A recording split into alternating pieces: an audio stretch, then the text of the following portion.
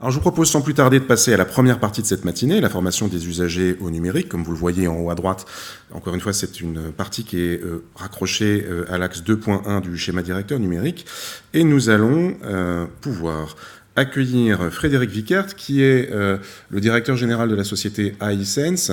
Alors, ça nous a semblé important d'avoir de temps en temps un regard extérieur sur nos propres pratiques, parce qu'on est quand même un petit environnement, un petit microcosme un peu auto-centré. Donc ça peut être pas mal de temps en temps d'avoir des représentants de la sphère extérieure pour nous faire part de leurs réflexions sur le numérique et sur les bouleversements induits par la transformation numérique. Alors sans plus tarder, je laisse la parole à Frédéric Vickert. Merci. Si tu passes ton pointeur par là, logiquement, voilà, si bien sûr j'arrive à le faire arriver. Voilà, l'effet démo. C'est Thierry. Ouais. Ouais. Ok, parfait, merci. Donc bonjour à toutes et à tous. Alors effectivement, je suis de l'extérieur. Je vais rapidement me présenter parce que je ne suis pas si inconnu du monde de l'enseignement, de la formation et même de l'université. Donc je m'appelle Frédéric Vickert. Donc Vickert, vous voyez comment ça s'écrit. Je suis très local. C'est important pour moi. Alors, pourquoi ? Parce que j'ai travaillé dans une multinationale. Donc revenir à mes racines alsacienne et revivre en Alsace, c'est très important pour moi. Je le précise et je saoule tout le monde avec ça, mais il fait bon vivre en Alsace, voilà. Même demain a priori. iSense, ça veut dire Artificial Intelligence Sense, voilà, donc ça ne veut pas dire grand-chose. Donc comme l'a dit François, je me suis engouffré dans les buzzwords. J'ai deux missions. Ma première mission, c'est d'élever, élever le niveau de conscience numérique. Oh. Et la deuxième, c'est donner du sens à l'intelligence artificielle par l'usage. Alors c'est un slogan que j'avais avant que le gouvernement choisisse d'avoir le même. Bon, je ne le change pas. Et pour ça, j'ai deux piliers qui sont l'éducation et l'innovation. Donc dans l'éducation, j'anime des conférences, des formations professionnelles, alors soit pour des gens qui sont en entreprise, soit pour des personnes qui sont en reconversion, et de l'enseignement. Alors je vais rajouter public, puisque c'est essentiellement ce que j'ai fait. Donc je donne des cours, ou j'ai donné des cours à la fac d'éco dans un master d'assurance et gestion de risque sur l'intelligence artificielle. Je donne des cours à Télécom Physique, et je donne des cours en primaire sur comment utiliser l'ordinateur. Voilà, je dis l'ordinateur, c'est pour l'éloigner du numérique, mais c'est assez rigolo d'aller voir des CP, des CM1, des CM2, ou même le collège à ce niveau-là. Et le plus important, je suis papa de 2 enfants, qui ont respectivement 6 ans et 11 ans, et je suis de très très près la manière qu'ils ont d'apprendre les choses. Voilà. Donc quand ils viennent à la maison, je ne leur demande pas s'ils ont bien travaillé, je leur demande 2 choses. Est-ce que tu t'es bien amusé ? Ça les surprend toujours encore. Et qu'est-ce que tu as appris ? Voilà. Et quand je vais aux réunions parents-prof, la première chose que me disent les profs, c'est la note de... Stop, je m'en fous de la note. Alors je ne dis pas comme ça. Je la laisse quand même donner la note, parce qu'a priori c'est important, mais pour moi ça l'est pas trop. Et j'essaye de voir et de creuser en fait ce qu'ils ont pu apprendre. Voilà, petit aparté, pour juste rapidement me présenter. Moi ça fait 20 ans que je suis dans le numérique. Pendant 10 ans, j'ai donné des formations pro. Ensuite, je suis allé travailler ailleurs. Mais je vais vous dire chez qui, hein, dans une petite start-up qui s'appelle Microsoft. Ça, tout le monde situe. Où j'ai travaillé pendant 11 ans. Et j'avais comme objectif d'accompagner les partenaires Microsoft, donc les sociétés de services, les clients, les éditeurs de logiciels et les start-up, à monter en compétence sur les offres Microsoft. Et je suis... où j'étais et je suis toujours connu pour essayer d'avoir une objectivité qui reste subjective, mais une objectivité en tout cas le plus possible sur qu'est-ce qui est bien chez MS, qu'est-ce qui n'est pas bien chez Microsoft, qu'est-ce qui est bien chez les autres, qu'est-ce qui n'est pas bien chez les autres, parce que c'est important. Pour moi, ça doit être mon esprit local qui fait ça. Voilà, alors on va parler de transformation numérique. Alors, d'habitude, je définis tous les mots que j'utilise. Je ne l'ai pas fait là, parce que j'ai que 20 minutes. J'ai déjà bouffé beaucoup de minutes là. Donc, si je dois définir transformation, on va le faire très rapidement. C'est quand même le passage d'un état A à un état B. Et ce passage de l'état A à l'état B, il est ou graduel, ou il a été quelquefois explosif comme le Big Bang. D'accord ? Ouais. Bon, c'est un des sujets que j'adore, mais on va pas en parler là. Donc là, on est plutôt sur du graduel, mais très rapide. Donc quand on parle de transformation numérique, en 2016, on parlait de TIC, technologie de l'information et du collaboratif ou de la collaboration. Aujourd'hui, on parle du numérique. C'est la même chose. Hein. Et on dit numérique, pas informatique. Parce que sinon, on va cloisonner en fait un spectre très très large dans un milieu où on ne comprend pas ce qu'il raconte. Parler à un développeur ou à un informaticien, vous ne comprenez pas trop ce qu'il raconte. Remarquez, je ne comprends pas trop mon cardio non plus, mais chacun a son métier. Alors, c'est ça la transformation, hein, c'est un passage d'un état A à un état B, rapide en ce moment. Et je vais vous donner quelques chiffres. Parce que ce que j'ai entendu tout à l'heure, est-ce qu'il faut avoir peur ou pas peur? Moi, je dis toujours qu'il faut toujours avoir peur. Peur que ça soit ou peur que ça ne soit pas. D'accord? Donc, vous vous placez dans le camp que vous voulez. Des fois, on est schizo, hein, on est dans les deux, ça dépend des jours, ou de nos expériences. En tout cas, il y a des faits, et on ne peut pas aller contre ces faits-là. Donc si on prend la génération Z, bon, je pris la dernière, après, on m'a posé la question, qu'est-ce qui se passe pour les prochaines? Je ne sais pas, on va taper dans quelle lettre? C'est vrai, ça reste une bonne question. Donc là, on parle des personnes nées entre 97 et 2010. Ça fait mal, hein, 97, hein, pour ceux qui ont fait. Bon, ça me fait mal, moi. Donc, quand on regarde les chiffres, on ne va pas tous les lister, mais c'est énorme. Il y a 98%. Qui n'a pas de smartphone dans la salle? 1, 2, 3. Ok. Je ne sais pas si vous faites partie de la norme. Qui n'a jamais commandé en ligne? Pas sur Amazon, pardon. En ligne. Ah, une personne. D'accord. Ça fait pas beaucoup, hein. Qui a une adresse Gmail? Pardon, oublié. Qui n'en a pas? D'accord. Ah, pardon, j'ai oublié. Pour des raisons de conviction. Mais j'ai un Android, donc j'ai une adresse Gmail. Par défaut. Ok, donc vous voyez, on est tous dedans, hein. On ne va pas lutter contre, c'est pas possible. Mais la question, elle est autre, là, c'est est-ce qu'on doit inclure le numérique davantage dans l'apprentissage ou pas? Et j'avoue que j'avais peut-être des idées à arrêter avant un mercredi matin de cette semaine, où j'ai entendu des choses qui m'ont presque mis les larmes aux yeux sur la manière pédagogique ou l'avenir de ce qu'on pouvait imaginer comme type de formation. Donc j'ai été, ça m'a touché et j'ai trouvé ça génial. Et je ne rentrerai pas dans le détail, mais la personne qui est là sait de quoi je parle. Et donc on va commencer un petit peu. Alors vous allez rire, j'ai pris une presse qui date de 2016. Je me suis dit je vais la mettre au goût du jour. J'ai changé les couleurs. Le débat reste exactement le même. J'ai actualisé quelques chiffres, mais je mets quelquefois quelques citations, mais en gros, on est passé donc la transformation de l'état A à l'état B, c'est qu'on est passé d'une société industrielle à une société basée sur la connaissance ou l'information. Et c'est pour ça qu'aujourd'hui, on parle de l'ère numérique. Tout est basé sur la connaissance ou l'information. Alors qu'avant, on était plutôt sur un milieu basé sur une civilisation industrielle. Je remonte donc pas très très loin. Et du coup, ça modifie la majorité du temps l'apprentissage qu'on va faire. J'ai donné des cours dans une école de jeux vidéo. J'étais tout content. Je me suis dit, j'y vais, c'est super. Alors, c'est des gens qui vont apprendre à développer des jeux vidéo. Ce pas des gens qui apprennent à jouer. Ouais. Parce qu'il y a aussi des écoles pour apprendre à jouer et devenir un e-sportif. Moi, perso, je trouve ça un peu triste. Mais bon, en tout cas, ils sont là pour développer des jeux vidéo ou des serious games ou d'autres types de supports, mais plutôt ludiques. Et ma grande surprise, je rentre dans la salle de classe, ils étaient tous assis en rang. À l'ancienne, c'est comme ça que je dis ça. Comme vous, là, d'ailleurs. On est tous assis à l'ancienne. Comme en usine, en rang. Et je trouve ça incroyable. Je ne sais pas comment... c'est facile pour moi de dire des choses comme ça, mais je n'ai même pas imaginé comment on pouvait s'asseoir autrement. Mais je leur ai demandé si on avait le droit de déplacer les tables. Ils m'ont dit non, surtout pas. Bon. Donc je leur ai demandé pendant les cas pratiques, qui sont la majorité du cours, d'aller dans la cuisine, d'aller dans le salon, d'aller sur la terrasse, on était au mois de juillet, juin plutôt, ou d'aller au café dans les halles, puisque c'est sur le toit des halles.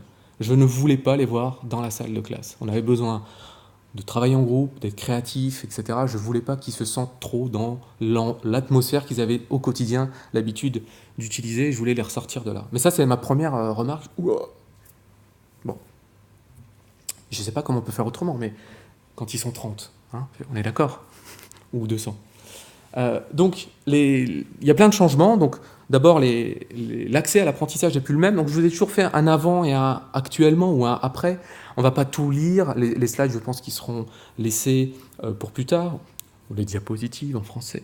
Mais voilà, les points clés à retenir, c'est qu'il y a du changement dans le type de ressources d'apprentissage. Donc, les heures, les limites du bâtiment scolaire sont totalement éclatées. On peut apprendre de n'importe où, on peut apprendre n'importe quand. Moi, j'apprends tous les jours. Dans mon travail au quotidien, c'est-à-dire sur un mois, par exemple, prenons un mois, j'ai 50% de mon temps à apprendre. Ça veut dire que pendant 50% de mon temps, je ne me facture pas, si vous préférez. D'accord? C'est un choix. Je propose des services qui m'obligent un peu à être là-dessus. Et donc pendant 50% de mon temps, je fais de la veille techno et j'apprends. Et en fait, j'ai remarqué que si je ne fais pas ça, je ne suis pas bien, je tombe malade en fait. Mon cerveau qui doit se déconnecter totalement. Donc j'ai besoin de faire ça, mais j'apprends en tout lieu. C'est-à-dire que j'apprends le matin, quand je me sens en pleine ébullition, pas après le repas. Là, j'apprends à me reposer ou à digérer, mais voilà, j'ai des rythmes et je choisis mes propres rythmes. Pourquoi on ne pourrait pas le faire pour des étudiants? Je pose la question comme ça. Mais en tout cas, l'accès à l'apprentissage est différent. Non, pardon, j'étais sur les ressources d'apprentissage et je vous parlais de l'accès à l'apprentissage. J'ai 2 écrans là et je vous ai parlé du suivant. Mais c'est pareil. On revient sur les ressources. Donc les ressources avant, il fallait les chercher. Aujourd'hui, elles sont multiples. Et le grand danger, c'est que quand tous les étudiants ou enfants ou nous allons chercher de l'information sur Internet, il y en a tellement, d'abord, laquelle je prends. Comment je sais que c'est la bonne? Ou quelle est la part de vérité dans cette formation ou pas? Cherchez pas, le débat a toujours eu lieu. Hein. D'accord? Sauf qu'avant, c'était des journaux ou des magazines. On faisait confiance à certains magazines ou autres. Aujourd'hui, vous faites confiance à certains sites ou pas.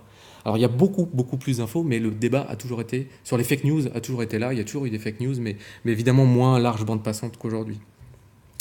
La source d'information, avant, encore maintenant d'ailleurs, hein, elle est souvent comme là d'ailleurs, une espèce de cours magistral où on est l'enseignant qui envoie de l'information aux étudiants, et ceux qui sont le plus réceptifs ont de la chance, ceux qui le sont le moins, parce que c'est pas le moment pour eux, parce qu'ils sont pas conscients que c'est important ou autre, vont laisser passer un certain nombre d'informations. Moi, je pense que cette formation didactique doit toujours être présente, parce qu'il y a un minimum quand même, mais elle peut être un peu différente. Et actuellement, on peut utiliser d'autres outils pour enrichir, pour agrémenter, pour améliorer, etc., etc. En tout cas, cette transmission, et la transmission, à mon sens, vous verrez que tout le temps à mon sens, c'est mon avis, hein. Elle doit se faire aussi, et beaucoup plus aujourd'hui, dans l'autre sens. Je ne dis pas que c'est pas fait. Je dis juste que ce que j'ai constaté quand j'ai donné mes cours, c'est qu'à la fin de mon cours, donc c'était 24 ou 28 heures, il y a un élève qui m'a dit « Merci, c'était génial, j'ai adoré ». Je lui ai demandé pourquoi, il m'a dit « Parce qu'on nous a demandé de réfléchir ». J'ai eu peur. Je lui ai dit « Tu précises ?» Et en fait, je leur ai donné un atelier où ils étaient obligés de créer des choses, un peu en totale autonomie, avec quelques indicateurs à un moment donné. Et ce qu'ils ont adoré, c'est ça, c'est cette liberté de s'exprimer. Moi, je leur ai dit pas de barrière mentale, vous pouvez inventer des trucs qui n'existent pas, je vous dirai si c'est faisable, si c'est cher, à quand c'est faisable, etc. Et j'étais surpris de sa remarque, parce que je suis persuadé que c'est pas le cas partout, enfin je l'espère en tout cas. Mais en tout cas, voilà, il était content d'avoir dû réfléchir. C'est rassurant. La disponibilité illimitée de l'information, donc on a de l'information partout, tout le temps. À nous, éducateurs, formateurs, enseignants, de guider les étudiants sur comment bien trouver de l'information, comment prendre du recul sur cette information-là, comment la challenger. Moi, je fais un exercice très simple. Je dessine un cercle au tableau et je demande aux élèves ce qu'ils voient. Tout le monde me dit un cercle. Je dessine un rectangle, ils me disent tous un rectangle. Et je dis, vous vous trompez tous. C'est un cylindre. Alors, évidemment, tout le monde me regarde comme là. Comment ça? Vous avez tous une perception de la réalité qui est 2D. Vous voyez un cercle, vous voyez un rectangle. Mais si je tourne autour, je vois un cylindre. Et là où je veux en venir habituellement, c'est de dire, regardez les choses sous des angles totalement différents. Et peut-être que vous allez découvrir une nouvelle façon de voir les choses.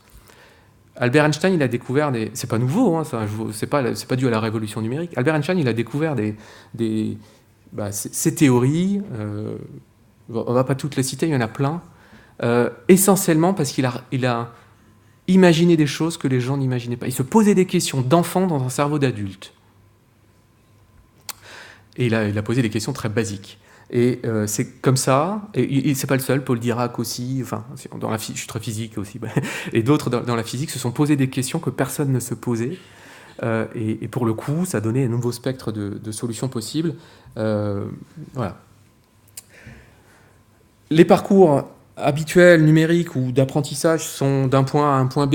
Moi, je me souviens, quand j'ai fait mes études, on m'a dit, au début, tu sais ça, à la fin, tu vas savoir ça. Et quand je suis allé en entreprise, on m'a dit, tu sais rien, et on va t'apprendre. D'accord ? Exactement. Il y en a qui sourient, mais c'est exactement ce qui s'est passé. Et je sentais bien quand je suis arrivé en entreprise que, effectivement, par rapport à ce que faisait l'entreprise, je ne savais pas techniquement, parce que j'étais dans la technique, exactement ce que faisait l'entreprise. En revanche, j'avais la faculté d'apprendre. Et mon slogan, c'est apprendre à apprendre. Donc encore quelques chiffres. Donc, est-ce qu'il faut continuer à faire de l'enseignement didactique ? Oui, mais ça a ses limites. Parce que si moi, je dois diffuser de l'information dans ce sens-là uniquement, comment moi, j'absorbe l'information aujourd'hui, en sachant qu'il y a 50 exas de données par an générés, et ça c'était en 2016, il faut dire qu'il y en a largement plus aujourd'hui, en 2016, il y avait 3000 nouveaux livres publiés par jour. Bon là, j'en lis que 30 par an, moi, à peu près. Oui, je suis encore très livre, papier. J'adore ça. Donc c'est pas possible voilà, il faut appeler à ce qu'on appelle son humanitude, reconnaître où on a ses limites, on peut pas tout savoir, tout connaître, il faut apprendre à dire je ne sais pas, quel est ton avis si moi je ne sais pas, etc. Je vous ai mis quelques autres chiffres beaucoup plus récents. C'est une projection en 2020, ils sont petits, mais ça, vous les verrez, mais ça va vous permettre de démontrer ce qu'on appelle le big data. Quand on parle de big data, on parle de gros volumes de données. Humainement, on est incapable, même tous ensemble, d'ingérer ce volume de données et d'en ressortir quelque chose, une information à valeur ajoutée. D'accord ? Donc on est incapable de le faire. C'est le numérique qui va le faire. Alors dans le numérique, on va mettre un petit astérix, petite étoile, et à la fin, on va dire c'est l'IoT, donc les objets connectés, ce sont les technologies de big data, ce sont les technologies d'intelligence artificielle qui vont nous permettre de ressortir de cette donnée-là toute la valeur potentielle qu'on peut avoir vis-à-vis d'un usage de la donnée. D'accord ? Voilà, donc pour vous dire qu'on ne peut pas, on ne pourra plus, c'est fini, et on ne pourra pas revenir en arrière, parce que si on parle de la révolution de l'électricité, personne... Quand j'étais gamin, je m'amusais à imaginer s'il n'y avait pas d'électricité, comment ma ville ou mon village fonctionnerait. Là, c'était à Strasbourg, j'habitais Strasbourg. Ou s'il n'y avait pas d'électronique, on parlait d'électronique, comment ça fonctionnerait. Donc, voilà. Et en fait, je me suis aperçu que ça ne pouvait plus fonctionner, ou en tout cas difficilement. Et aujourd'hui, c'est exactement la même chose. D'accord ? Donc on ne va pas lutter contre, on peut essayer de comprendre comment ça fonctionne, on peut essayer de comprendre ce que ça peut m'apporter dans mon apprentissage, dans leur apprentissage, et comment je peux changer les choses en gardant à l'esprit qu'il y a des contraintes. Alors, donc là j'ai fait un industriel versus information. Donc pour le rôle de l'enseignant, qui était la source de la connaissance aujourd'hui, maintenant c'est un guide vers les sources de connaissances. Voilà. Et mon titre chez Microsoft, c'était évangéliste.